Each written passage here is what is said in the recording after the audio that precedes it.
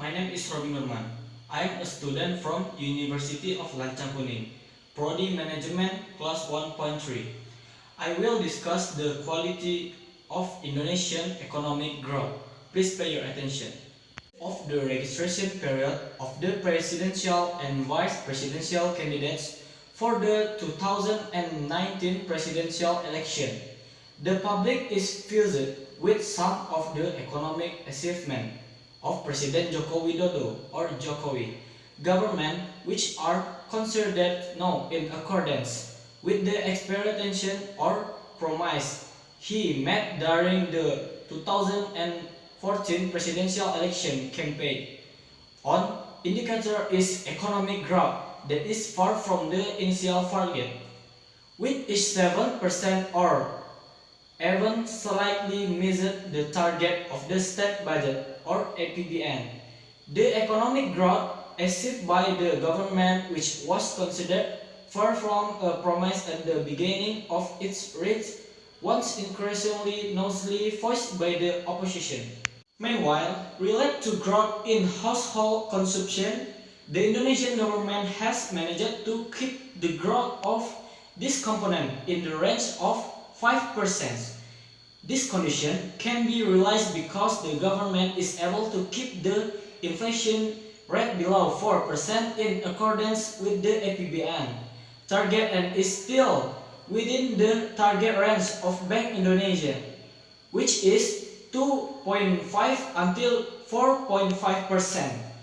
Moreover, ahead of it Fed, where price usually tend to rise in 2018, the government was able to suppress increases in food price so as to reduce inflation at the time.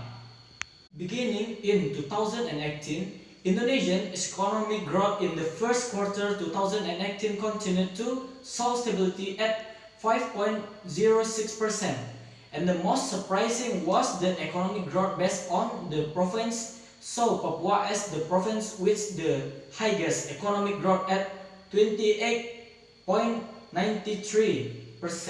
The majority of provinces in Indonesia experienced economic growth above the national average, while only a few provinces experienced economic growth below the national average. Meanwhile, in the ASEAN perspective, Indonesian average economic growth in the last 3 years is still better than Thailand, Hong Kong, South Korea, and Singapore. In closing this 2018 until 2019, political years is fine if there are blessings, crises, or dissatisfaction with Indonesian current economic achievement. However, keep in mind that criticism needs to be constructive and needs to be considered the real condition that occur, both in the global and national context. This slowdown and decline in global economic growth, especially in countries that have become Indonesian traditional markets for export, such as in China and the United States, are happening, and this affect the economic growth of Indonesia and other countries in the world. So much my speech today. I apologize if there is a mistake. Thank you for your attention. Assalamualaikum. Bye.